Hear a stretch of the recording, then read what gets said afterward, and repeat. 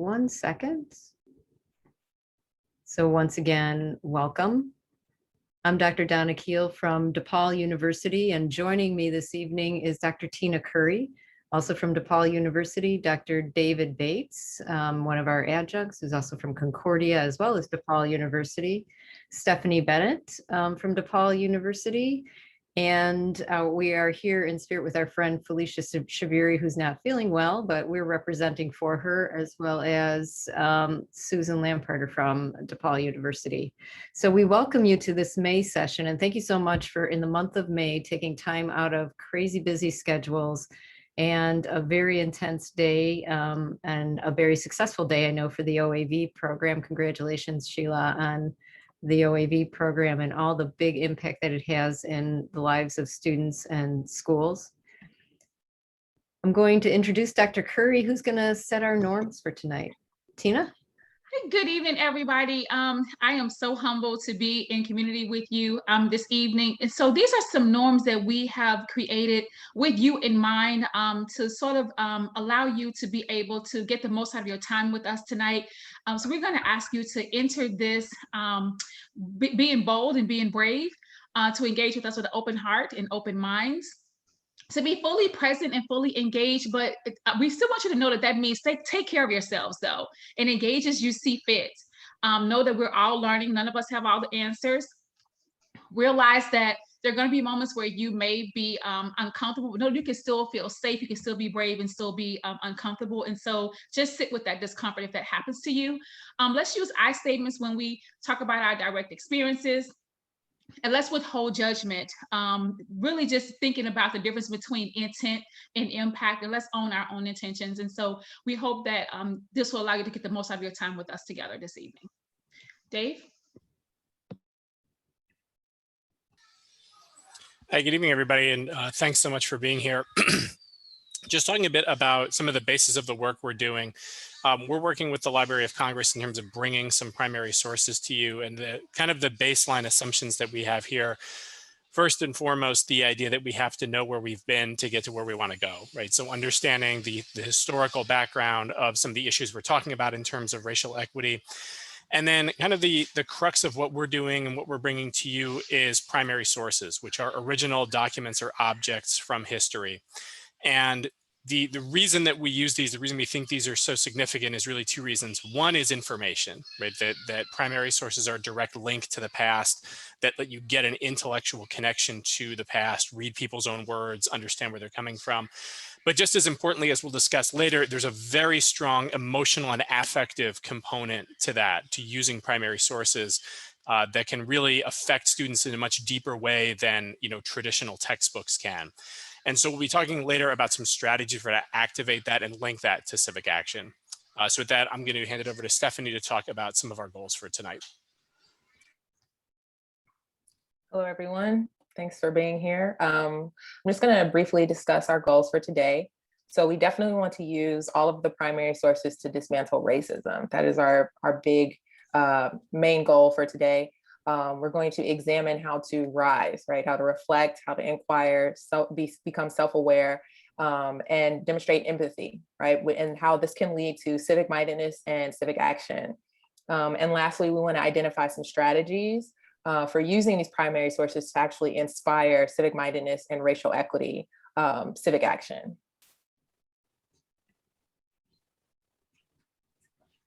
And so for our agenda today, we're going to share and model a welcome activity or a bell ringer. And then we will share the research guiding the methods we will share today. And finally, we will engage you in the actual lesson experience. Dr. Keel? Thanks so much, Stephanie. One thing I want to point out to you as we began our session, if you look at the primary sources that we've pulled and the pictures that we pulled today, we really were intentional about choosing certain sources that would open the dialogue around racial equity. And also one of the things that we as a team, when we were pulling this session and others together, and actually this was Stephanie who had this insight, is we know that one of the psychological ways to connect to what happened in the past, but to see the relevance today is through the image that you see. And what you see right now on your screen is actually a color image of an event. And that color in the image is what we often think helps us to bring the vividness of the reality of racial equity as a need into today, because it is that reality that this could be happening today as it was several decades ago. Our structure for tonight is we're going to actually share with you that activity, and the way that we're going to do that is to address some essential questions. And so those essential questions really focus on a cornerstone of how we engage as civic-minded citizens with racial equity. And that is really, how does our identity impact our civic mindedness and our focus on racial equity? We know that identity is a cornerstone of helping our students and ourselves to have an anti-racism point of view, to becoming civic activists in our own communities and in our own lives. So we're going to look carefully at that essential question. It's a question that we encourage you, if you can, either at this point in the school year or next year, to use in your own classes. And then the second essential question we're going to look at is, how does our identity knowledge, how does knowing about our identity impact our civic identity and our commitment to racial equity and civic action? So what we'll look at tonight is both our identity and who we are, but we're also going to look at the components of that identity that are our civic identity, that parts of ourselves that compel us towards civic action. As you may recall from our previous RISE sessions, we looked at how do we gain the compassionate empathy to move ourselves to act on behalf of another. And moving on behalf of anyone else really dependent upon that civic identity. What do we know about civics? What do we know about ourselves as citizens in this world? And how do we get motivated and passionate about actually acting upon those beliefs? And so we're going to model for you a welcome activity that you can use with your own students or with your own faculty members within your school. And so with that, I'm going to ask you all to go to this Mentimeter link, and I believe Stephanie's going to guide us. Yes, so I just put the Mentimeter link in the chat. So please go to the link, and once you are there, please post a response to the question, when you think about your role as a citizen, which historical figure inspired you most? And as you do that, we're going to share the results of that.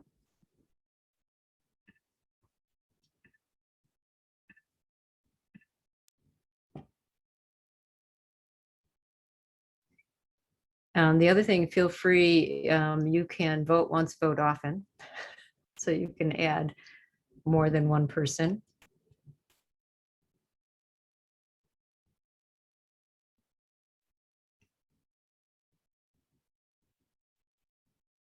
These are great. So I'm hoping everyone's seeing what I'm seeing.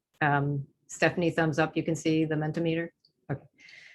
So you can see Fred Hampton, Nelson Mandela, Frederick Douglass, Jane Austen. Whoever is Jane Austen fan on here, you should keep your eyes out. One of our professors at DePaul just published a book about Jane Austen and leadership called Kicking Ass in a Corset. It's taking Jane Austen and creating 6 principles of leadership. These are great. I'll give you just a few more seconds.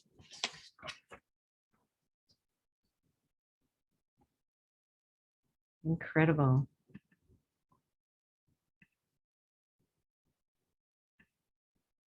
Thank you. And Tina? Yes, thank you so much. I feel so inspired that we look up to the same people. So think about why you chose the person that you did.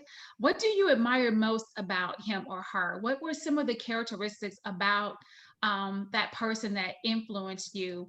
So for example, I saw Rosa Parks in there. So Rosa Parks, she epitomizes strength and kindness and active participation. We would love to hear from you. So just drop it in the chat.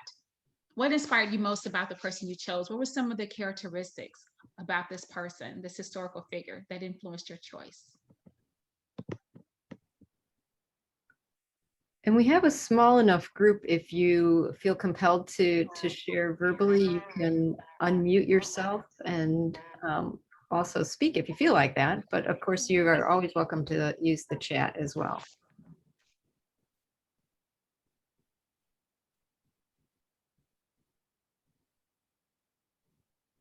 And these are great.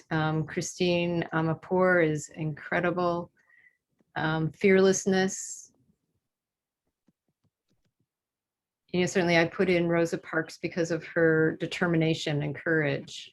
And thank you, Chris, for their willingness to stand up and create change where they saw injustice.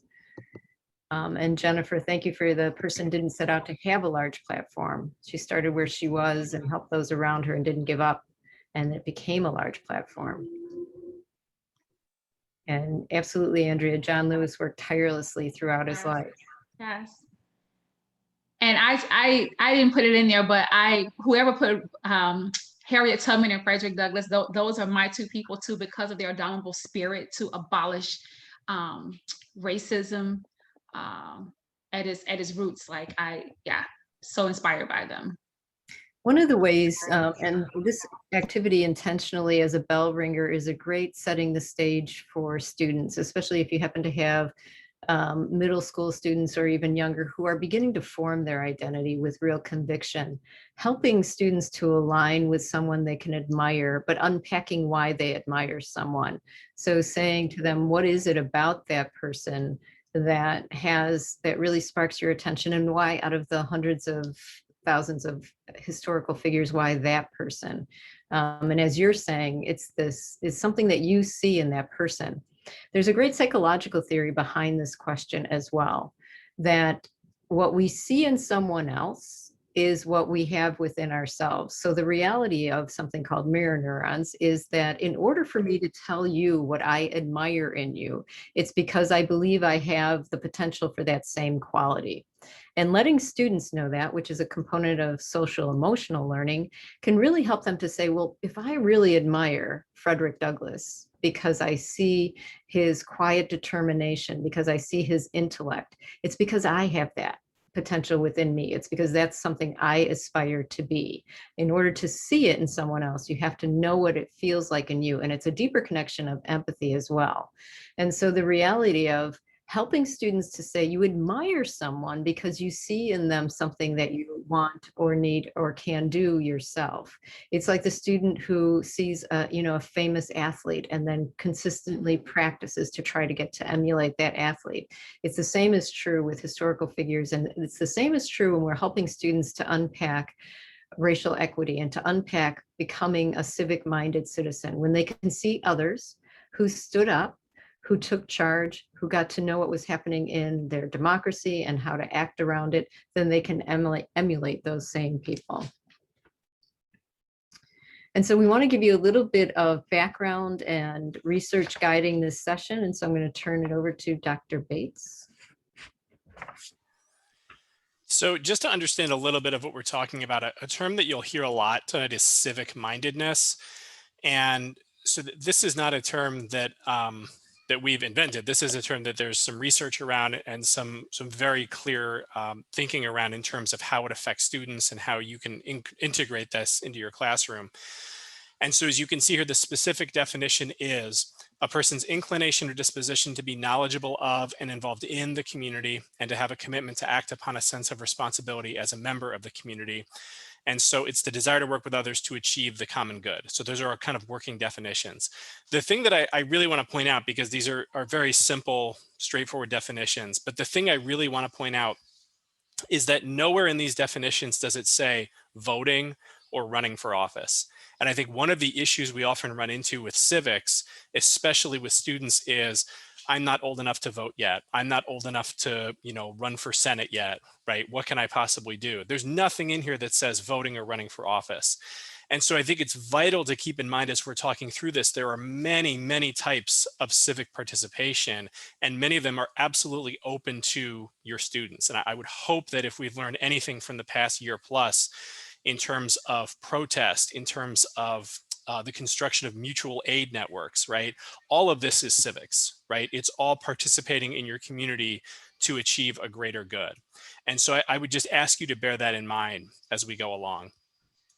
So expanding on the research a bit, this has been formalized into a framework by scholars that is called the Civic Minded Graduate. So this is kind of the person that comes out of a civics education program. So this was created in 2011.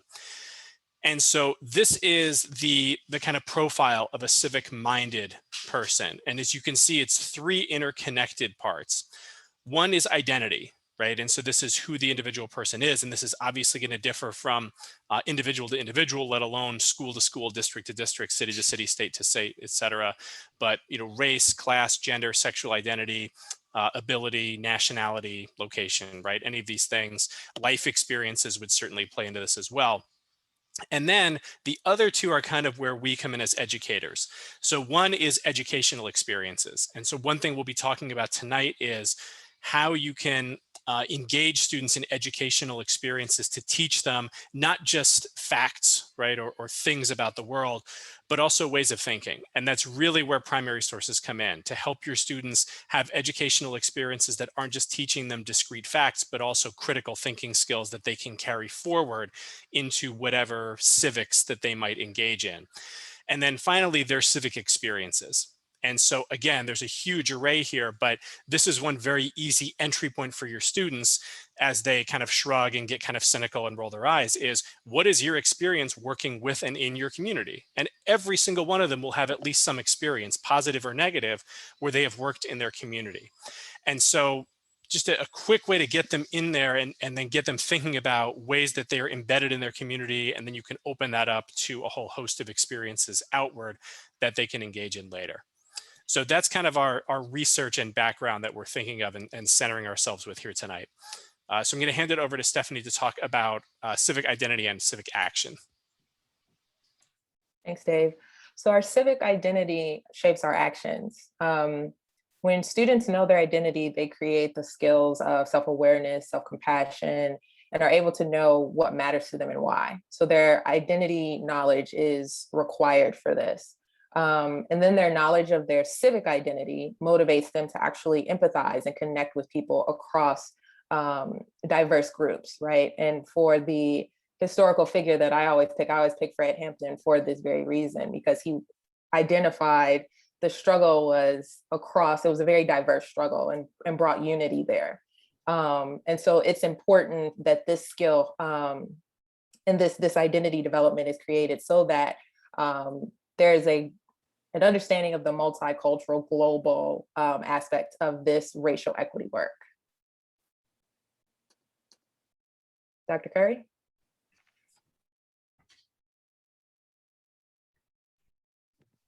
Right, so we're going to spend a few minutes just having a discussion about just how have you used primary sources for a civic action project, and if so, what have you done, and what was the impact on your students? You can go ahead and drop it in the chat, or if you would like to unmute, you could raise your hand, and I'll have my colleague Dr. Keel to go ahead and let you answer. But please feel free to engage with us in the chat as well.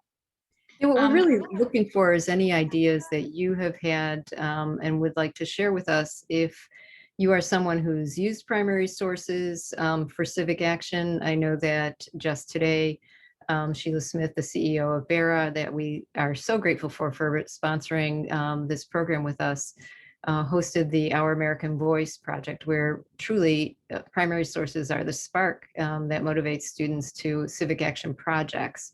But we're real eager to hear if there's anything that you have done.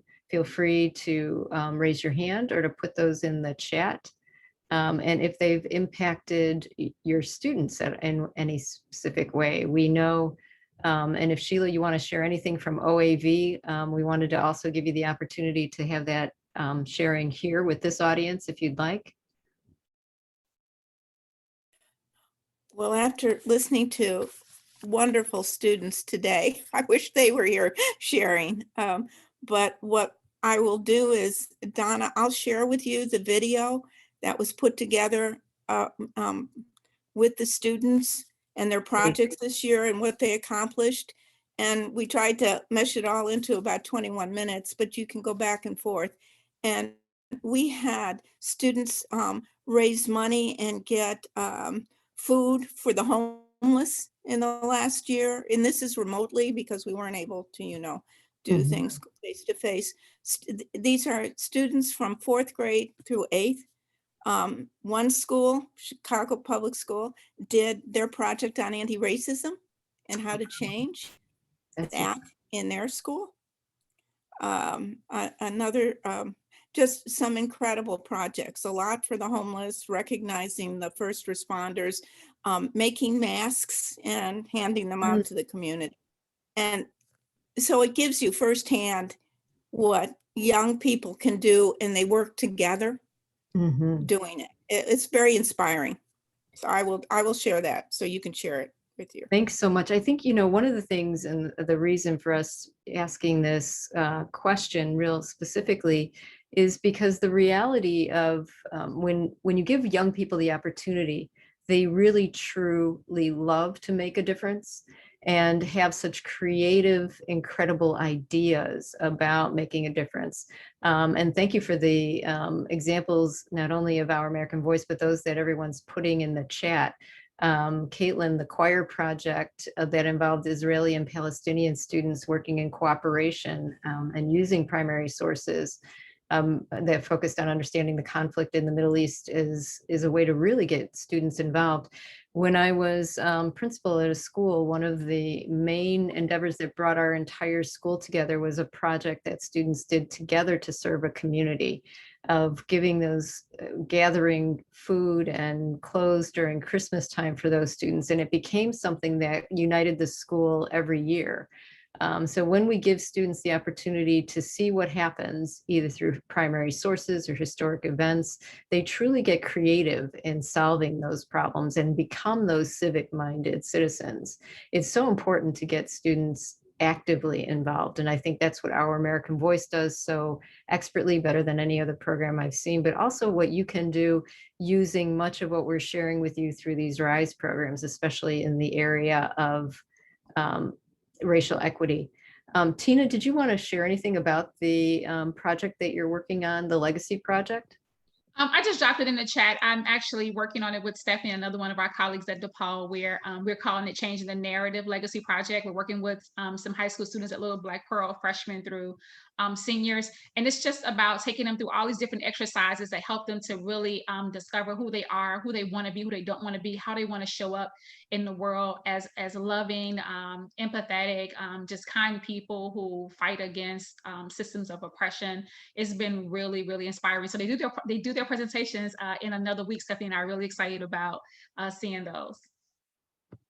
Yeah, one way, for those of you who are educational leaders too, one of the key ways to create empathy in your school building, as well as a connection between students and teachers, is through civic action projects. And one way when folks ask me and consult with me around racial equity or around how do we help, with anti-racism in our school, one of the ways to really unite faculty and students is to have them work collectively on a project. It changes the teacher as much as it changes the student. And so what we're going to talk with you tonight a little bit more in detail on is how you can inspire these types of projects with your students, beginning with identity, much in the way that Tina's project is doing it, the Legacy Project. And it really starts with what we've shared in our previous webinars around the RISE analysis tool. Because that RISE analysis tool sets the stage for students to really become civic identity centered and to have that civic mindedness and to start to think about what's really passionate to them, what really makes a difference in their lives. And I meant to say a little bit ago, we apologize for the technical things. I keep trying to fix it, as my colleagues keep saying, if it's a full screen or not full screen. So we keep working on it. And if it's, we will definitely send you all the slide deck in case anything's cut off.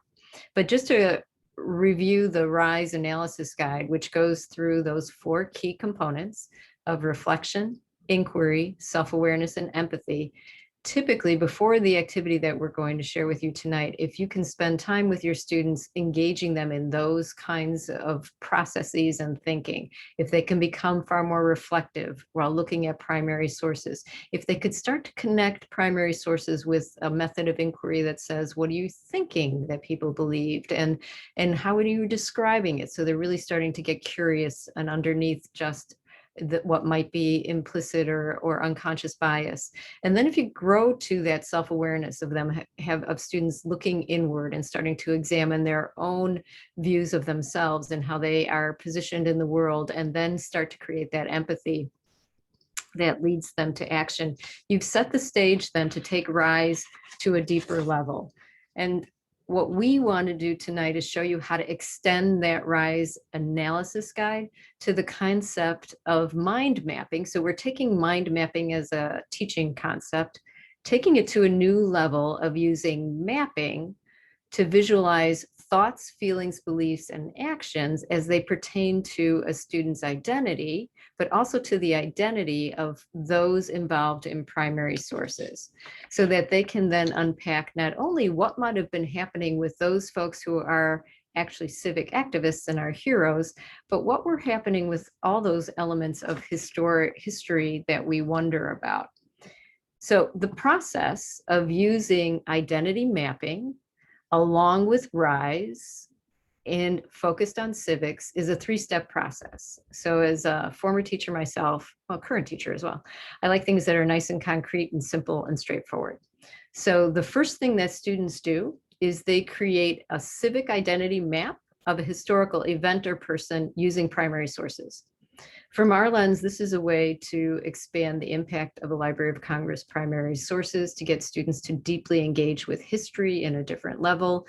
And if you're a teacher not of history, to bring in an element of a primary source that really is a great teaching tool for you, that really helps to spark those discussions. So that's step 1. Step 2 is students create a civic identity map of themselves. So we all have a place in this country where we are a civic citizen, where we're a citizen, where we act in a certain way. So we look at how is that right now? And then the most powerful step is that students create a future map of who do they want to be. And for those of you who have younger students or even high school students, it's a great way for students to set the stage of what they're going to do with the rest of their lives. How are they going to carry civic mindedness out into college and into their careers? How are they going to make sure that they become those citizens who consistently vote, who work for positive change? So it's a 3-step process that can really help folks, help your students, and can make it nice and concrete. So thank you, Tina. You like the steps. I really like something that's simple and concrete, and we're going to actually take you through it. So we're going to model it for you so that you can experience it just like a student would experience it. Again, we'll send everybody this slide deck along with the lesson plan that actually makes the slide deck so that you can take it and you could try it with your students this week, especially if you're looking for an end of the year closing activity digitally. This is a great experience to have. And with that, Dave's going to start us off with how you would start it off as a lesson overview and share with you a primary source that is extraordinarily compelling. So the experience that we're having here, what you use in your lesson, is pretty straightforward. So first and foremost, we are trying to use a primary source to understand or examine historical event. So that's kind of like the lowest level of analysis here, is just using a source to understand something that happened in the past. And then as we keep going through, using primary sources to examine our own racial equity civic identity, meaning how we understand our civic participation, our civic mindedness vis-a-vis racial equity in particular. Thinking about how we can impact racial equity through civic mindedness. So thinking about actual plans, right, that we can make to push this work forward. And then finally, making those plans concrete, right? And so really committing to a personal civic action plan. So for this particular activity, we have a source here that is from the Library of Congress. So this is a pamphlet from the NAACP. And so the pamphlet itself is called The Day They Changed Their Minds. And so we're putting the PDF of this pamphlet in the chat. Stephanie's going to put that so that you can see it better. Okay, it should be excellent. there now. Mm-hmm. Excellent, thank you. So if you click on that, what you'll find here is essentially like a trifold, essentially, because I've sort of condensed it. So you have the cover on the far left and another image on the far right. And then in the middle and on the bottom right, you have some text here. So I'll give you a second to read the text in a second, but just to give you some background, what you're looking at here is a pamphlet from the NAACP from 1960. And the images here are from some of the first sit-ins as part of the civil rights movement. So these are in Greensboro, North Carolina. So these are local people, primarily young people, many of them college students from North Carolina A&T, who initiated the sit-in there. And so just a couple of things to note in terms of background. The note there, the day they changed their mind, as you could see in the bottom right, is a specific reference to the Langston Hughes poem, which is excerpted there.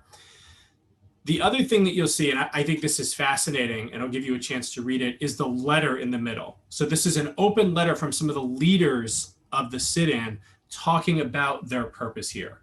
So I'll stop here for a second. I'll give you maybe a minute, minute and a half to just make sure you can read that text in the middle, take a quick look at the images, and then I want to circle back and ask you some basic questions about what you see here and maybe how we can examine and analyze this.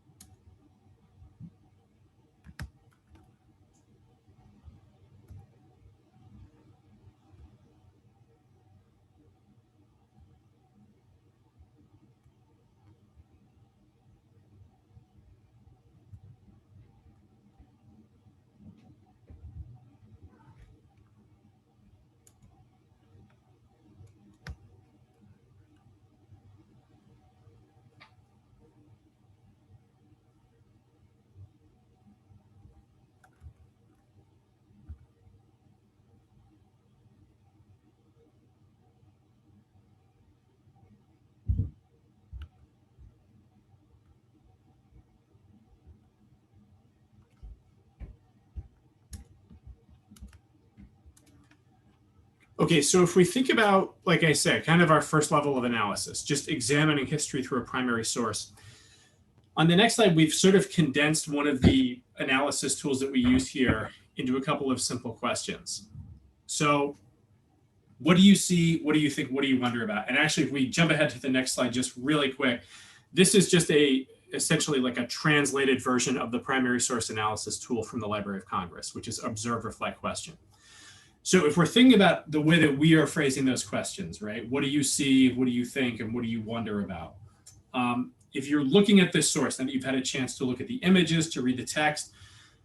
In the chat, you can kind of throw out answers to any of these three, but something you noticed, something that catches your eye, something you're thinking about, something that makes you kind of think deeper about this, something you're analyzing, maybe a connection to something else, and then a question, something you're wondering about, something you're unsure about.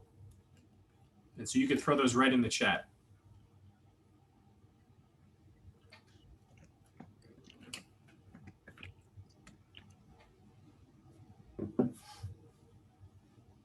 Yeah, so Donna, that's my first question too, right? You have this enormous crowd, and then there's one guy standing up on the counter. So who is he? Like, why is he up on the counter? What's his significance to like the larger protest, to the scene that's going on here?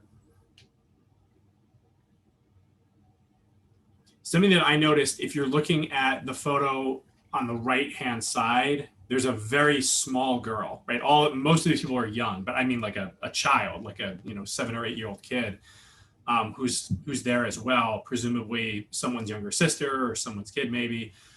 But that person just always grabs my attention because I can't even imagine like how overwhelming this must be, but also kind of how exciting it must be to be a part of something like this. Yeah, so what are the two white women saying to each other in the photo on the right? So that's interesting too, that if you look here closely, you're kind of getting two different perspectives. You're getting the perspective of the protest, but in the background, you're seeing white people kind of wander by that are looking very kind of skeptical about this.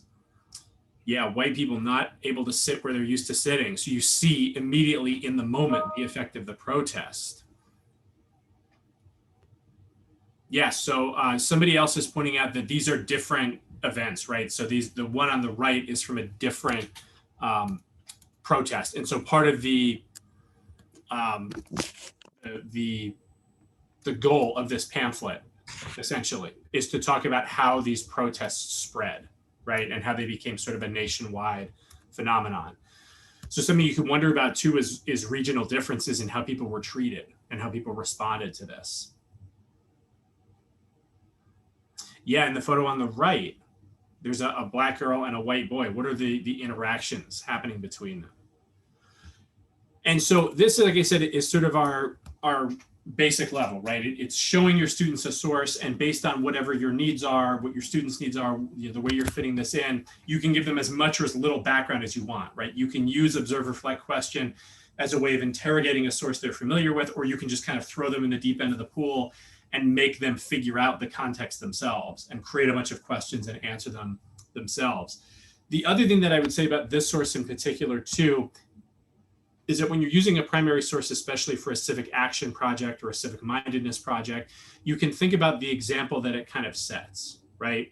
And so one thing that I found fascinating about this source is there's sort of an enduring myth that a lot of the events of the civil rights movement were sort of spontaneous, when in reality, they were very, very carefully and strategically planned and show a lot of modeling of civic mindedness, obviously at a very high, like courageous level, but one that I think is really instructive for students. So the idea in the middle that they very specifically address right off the bat, we understand that this is going to have a negative economic impact on these lunch counters at Woolworths and wherever else. But our goal is not to destroy the economy of the community. It's that we don't feel that the profitability of these businesses is more important than justice.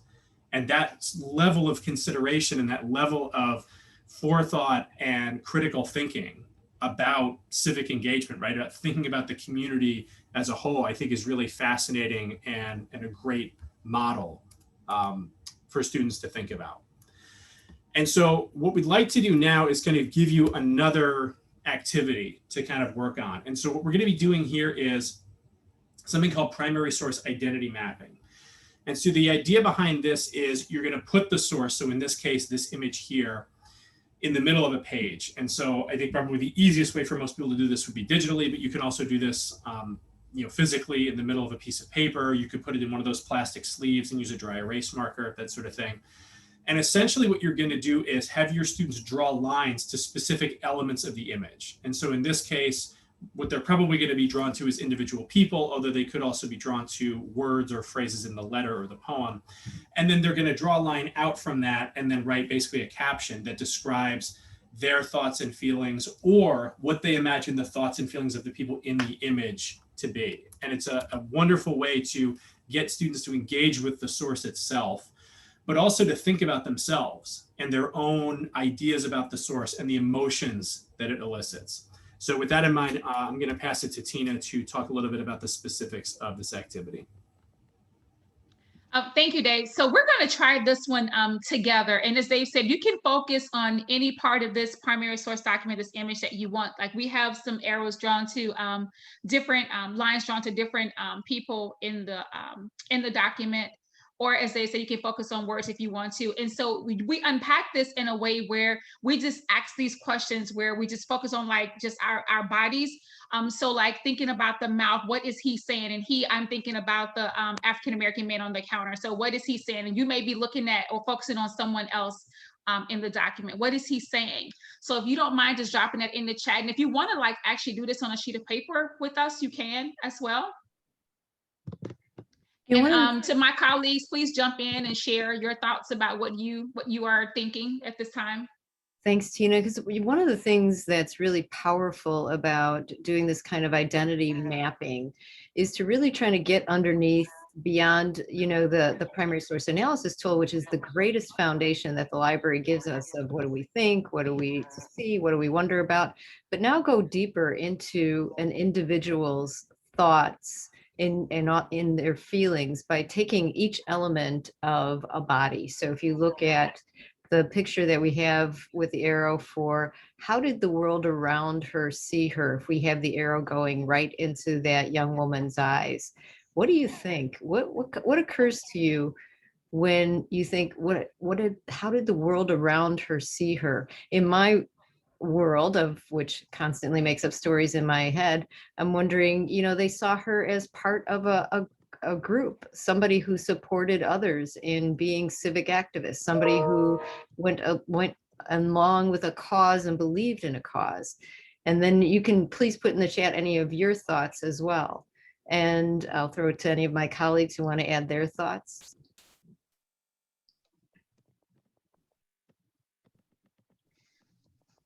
I was thinking about, how like whenever you encounter a piece of text, you have to bring something with you as a reader. And when I did this for myself in preparation of in doing this with you, I started to realize like the importance of perspective making, like putting myself in the shoes of another person.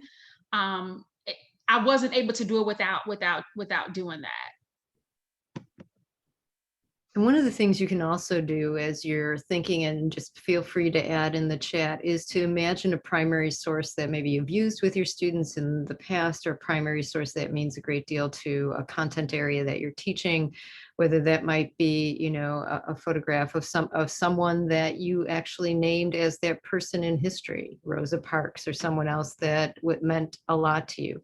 To take that primary source and then to use this kind of identity mapping. Because the questions aligned with the identity mapping, which emanate from RISE, and which take and pull apart all of those components of reflection and inquiry and self-awareness and empathy, we really take the image of the body, the parts of the body, to walk a student through really unpacking and looking at the identity of those folks that historically have been aligned with issues around racial equity. So if we then ask that question, how did others see him or her or them? What did he or she say or would have liked to say?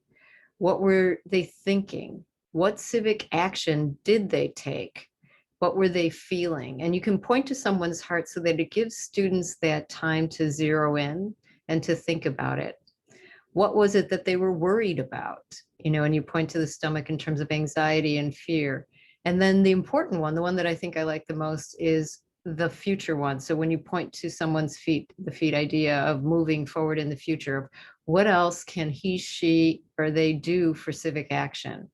It's a powerful tool. And to even use that kind of tool with key elements of words, it helps students to really unpack, and it sets the stage for a project, as we've talked about, that OAV students might have done, that your own students might have done, to really get them motivated to say, well, this is what I think was happening in the world back then, and this is what's inspiring me now. And thank you for the things that you're dropping in the chat. And unpacking and looking at the value of this exercise of civic identity mapping. So what we'd like to do now, and we kind of put this in the chat early on, but I'd like to take a moment and pull out your phone, or if you don't have any photos on your phone, think about yourself and either pick a picture of yourself on your phone where you're doing something that means a great deal to you. So you have to be in the photo. It could be you alone, or it could be you with someone else, but it's something that means a great deal to you. So just pick that photo for a moment.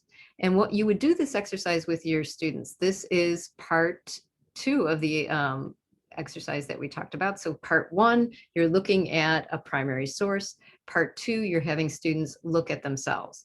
And so for your students, you can have them draw a picture of themselves. If you are still in remote teaching, by any chance, you could have them pull up a photo of themselves from their phones. They will have some. Or you can have them, if you're back in person, you also have them bring in a photo of themselves, but it should be a photo of yourself that means a great deal to you. Then what I'd like you to do now, and we'll take a bit of moment of time so that you can actually do this and experience it, because it's very, very powerful. I've done it myself several times, and it really starts to shift your way of thinking and open your heart towards a more racial equity driven civic action, is to look at the photo of yourself and then answer these questions. And if you feel compelled to share them in the chat, that would be wonderful. If you want to just answer them privately, please feel free to do so. But how do others see you? So the photo that I chose of myself is actually myself standing next to my daughter and one of my very best friend and some other women at the Women's March back in 2016. And answering that question of how do others see me, and it was really difficult for me because I thought I see me as passionate about equity and passionate about causes and as a civic activist. And then I wondered if others saw me that way or if they saw me as just one of a crowd. But it really prompted a lot of thinking. So you can drop that in the chat again or at least process that yourself. And then if you look at that picture of yourself again and look towards your mouth area, how do you share your truth? And for me, that was an easy question, easy answer in looking at the photo is I teach. And so sharing that truth for me is teaching in a way that is non-biased, that is open. And what am I thinking? And part of what I was thinking at the Women's March was that I certainly at this point in my life want the world to be better for generations that follow me. And then what are you doing? And then for me, the doing is definitely getting out and actually acting. And in that case, marching. But I think what it pointed to me in that photo and analyzing it was that I wanted to be doing more. And then what do you feel? And then that passion for justice and that real commitment in my own heart that started long, long ago towards working for equity was significantly important. And then what worries or frightens me, and that's a continual process. I think everything in the world worries and frightens me, but certainly I get frightened about injustice and about the lack of progress that feels like to me to be tied towards that movement. And then what do we like to be doing in the future? And part of that doing is doing things like this tonight. So when we go through a picture of ourselves, we're actually shifting that reality. But if you take a moment now and do that for yourself, and if anyone would like to share what that feels like to them or how they think this might work with your own students, feel free to share. And if any of my colleagues want to add in, any of my colleagues who have done this exercise.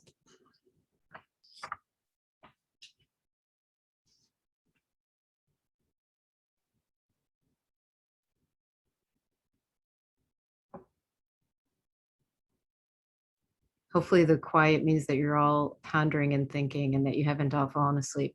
When you do this with your students, keeping in mind too, that giving them space and creating a norm where if students do not want to publicly share, that's okay.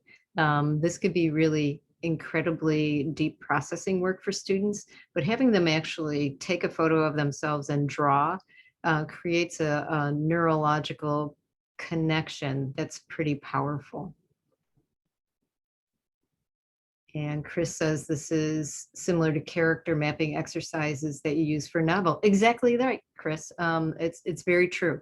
It comes from lots of different applications of mapping. We've done character mapping. There have been mapping exercises historically. And so it's kind of taking that idea of concept mapping and mind mapping that we've done in different contexts and really taking it for a very specific purpose of racial equity. So taking things that we know work and then putting them in new contexts is what teachers do best. So the next step and the final third step. So remember, step one is taking a primary source and then doing an identity mapping with that primary source. The second step is doing a personal civic identity mapping of your current civic racial equity identity. So what is it that you're doing now? And it's okay if that means that there's something missing now or that you want to do more. That's the whole purpose in something like that. And then the third step, thank you, Tina, for that comment that this exercise has ended up being unintentionally deeper than expected. And I'm glad that it was timely for you. And I echo Tina Curry's thank you for the vulnerability. It really is a very life-changing experience. So many of you know, I think I shared in the past, I was a school counselor before becoming a teacher and principal, or teacher and school counselor and principal. And we would do these kinds of identity mapping with students who are going through difficult issues and difficult times. And all of us right now will have students who have been through a collective trauma. And that collective trauma of a pandemic and a racial reckoning can really be mitigated with helping students to unpack what they feel about themselves, what they feel about the world around them. Right now, students are afraid. What they have experienced is a great deal of uncertainty. What they've experienced is a great deal of vulnerability themselves, a great deal of inconsistent messaging. And so that lends itself to having students in general who are anxious, who might be angry, who might be more defiant than usual. I know in my work, what I've heard from schools is how many of their middle schoolers and high schoolers now are just having lots of behavior challenges because of the inability to really handle the uncertainty. So one of the things that you can do with your students, and by the way, this exercise is also a trauma-informed teaching practice, is to have students take a photo of themselves and to think about how courageously they came through a pandemic, how they made it through that pandemic, and what they would want to do in the future. And with that, we'll go to step 3, and Stephanie will guide us through.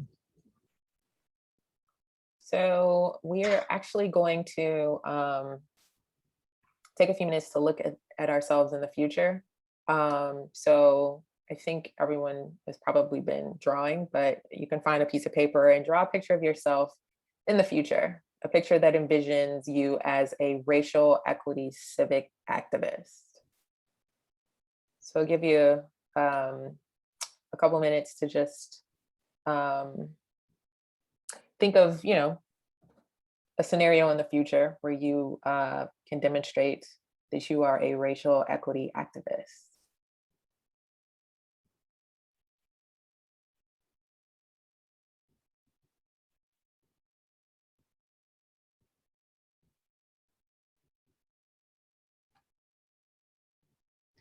Thank you all for sharing so candidly in the chat. We'll give you a moment to kind of process and go through the questions that you see.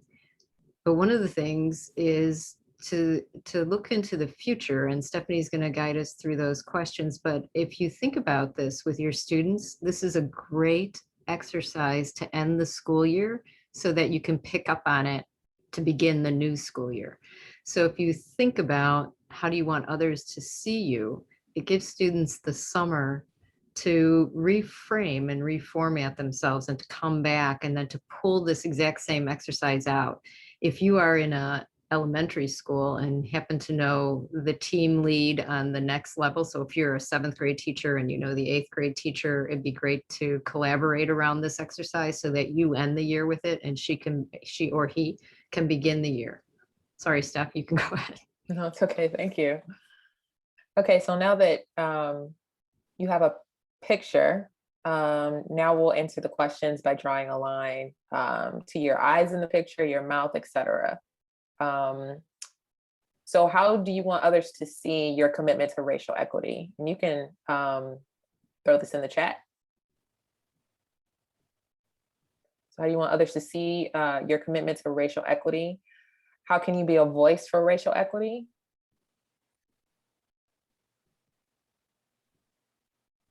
What learning do you need? As unafraid, Andrea. That's great. Never stop fighting, Dr. Curry. Good stuff. What civic action are you doing now? So thinking about your hands, what are you doing in this picture? What do you feel about racial equity action? So what's in your heart in this picture?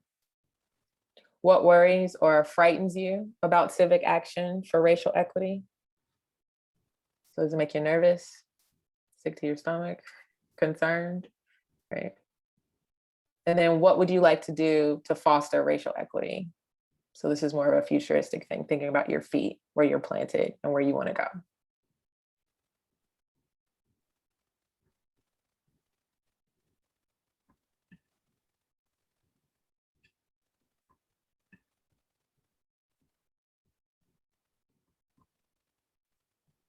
Okay.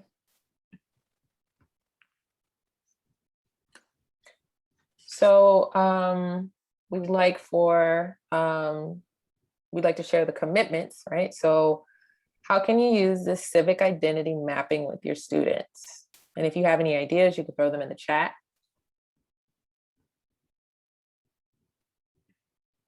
In what ways will you grow your civic identity, your civic mindedness in action?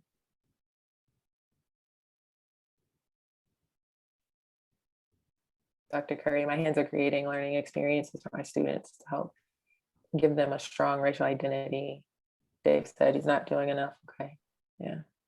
Yeah, We all Dave, I feel that. agree with you. Yeah. I think, you know, I know for me, it's that it never seems to be enough. I don't know what that means, but it's a great bar to set to continue to doing as much as possible. Mhm.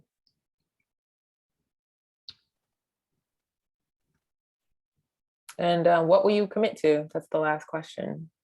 What can you commit to? One of the things when we started these RISE webinars, which again, thank you to Sheila Smith for supporting this idea. We actually started back in June of 2020 in response to the George Floyd murder. And it was Bera Education Foundation and Sheila's generosity that allowed DePaul to go ahead and start with an idea that bringing educators together to talk about racial equity and what we could do together would lead us to commit to some significant civic action to truly transform our schools and then our country. And so my dream has always been that educators would lead these webinars with a commitment to do something, because it starts with a commitment. It starts with saying, yes, I will.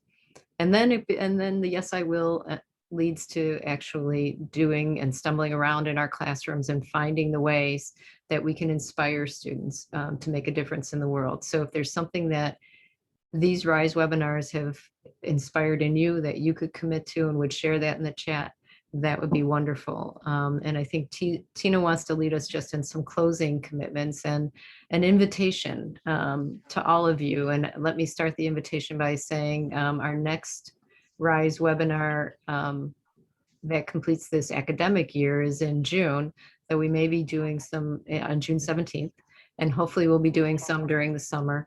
But we would love to have your voices be part of that June 17th webinar. So if those of you who have had experience using the materials from RISE or other materials that you'd like to share with colleagues, we'll be sending an email with an invitation for you to share some of that information for our June 17th webinar. Our hope is that we create a RISE teacher group that could then take these RISE lessons and to work with students in a very deliberate way next year.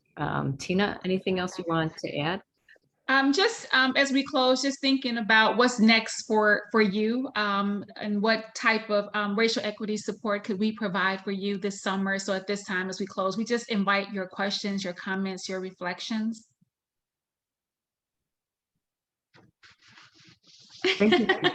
The comments in the chat now about, you know, using this in a theology class. A woman of faith class is perfect for this.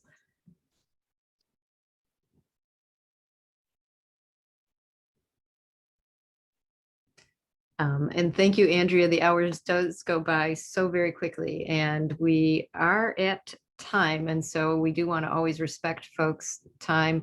And in closing, we always want to very sincerely thank the Vera Education Foundation and our Library of Congress Teaching with Primary Sources program that funds these webinars and that supports this work. It's important transformational work. We're very happy to do it and humbled that we get to walk this journey with each of you. I sincerely want to thank Dr. David Bates and Dr. Tina Curry and Stephanie Bennett and Susan Lamparter and our graduate assistant Lei Mao for their support, and Caitlin Meyer for your support through this program. I couldn't do it without any of them. And especially thanks again to Sheila Smith, who is the leader of this cause. So thank you, everyone. We hope that you'll be here next month on June 17th, same BAT channel. We look forward to hearing from you if you have any ideas and to share it at that June 17th. Thanks, everyone.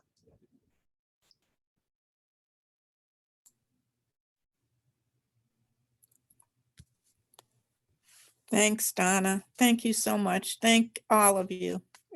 I just love listening to your webinars. So thank you. Well, thank you. The technology was driving me crazy today. So You should have been there this morning, but the breakout groups went. it's great. Thank you, team. You all did great. Yeah. You are so very welcome. I hope we can work out how we can extend this because it is so needed.